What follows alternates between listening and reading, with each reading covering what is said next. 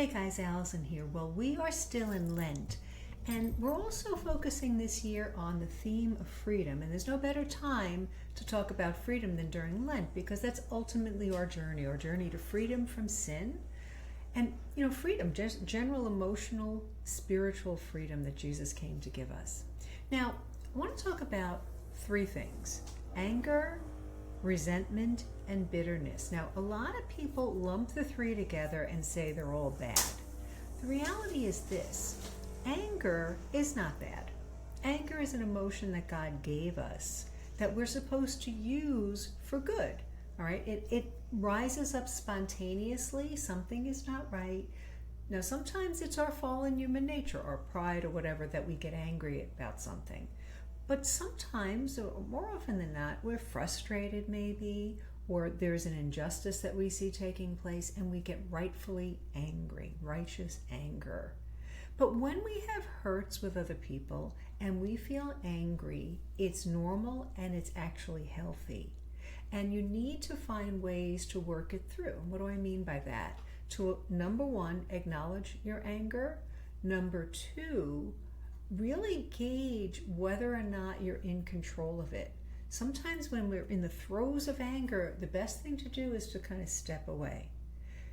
Take some time. Let the emotion abate. Too many people just go off half-cocked and they start, they retaliate or they respond too quickly. They react. And it causes even more problems down the road. Now, if we deal with our anger constructively, it's not going to lead to bitterness and resentment. Right? That's where it starts to get sinful. That's where it starts to get toxic. When we're holding on to bitterness, when we're holding on to resentments.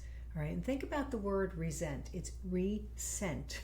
Each time it is resent to us.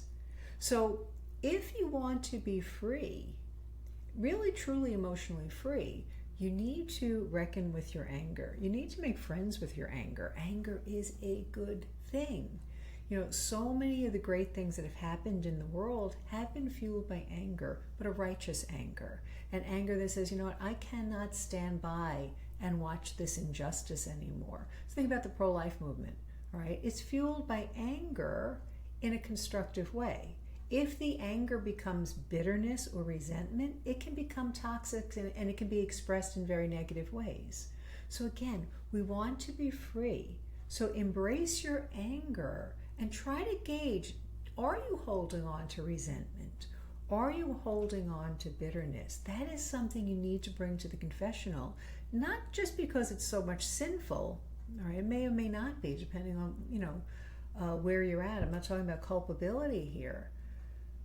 It can be sinful, but you get the grace in confession to stand up against it, to be able to deal with it, to be able to integrate it into your life. Now, obviously, the best thing to do when you're dealing with anger or resentment and bitterness is to forgive the other party. And it may seem counterintuitive, especially when they were really, really wrong, but it frees you up. Holding on to resentment and bitterness, we all know people like that. They just become so difficult to be around.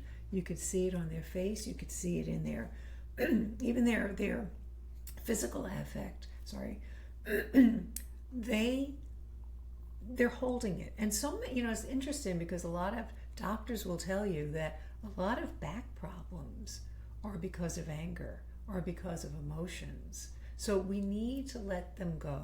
So if anger, again, is an emotion given to us by God, and if it's given to us by God, it's a gift, we need to learn how to use it properly. If you're really struggling, reach out to a therapist, a Catholic therapist who can help you and guide you, not only psychologically, but even spiritually, on how to overcome, how to forgive, how to let it go, how to see God's hand in everything, because God uses everything. I think it was last week we had the story of Joseph in the Old Testament and how his brothers resented him so much they tried to kill him, but then they decided to sell him into slavery. But ultimately God used it for good not only for Joseph, but even for his brothers, even for his father.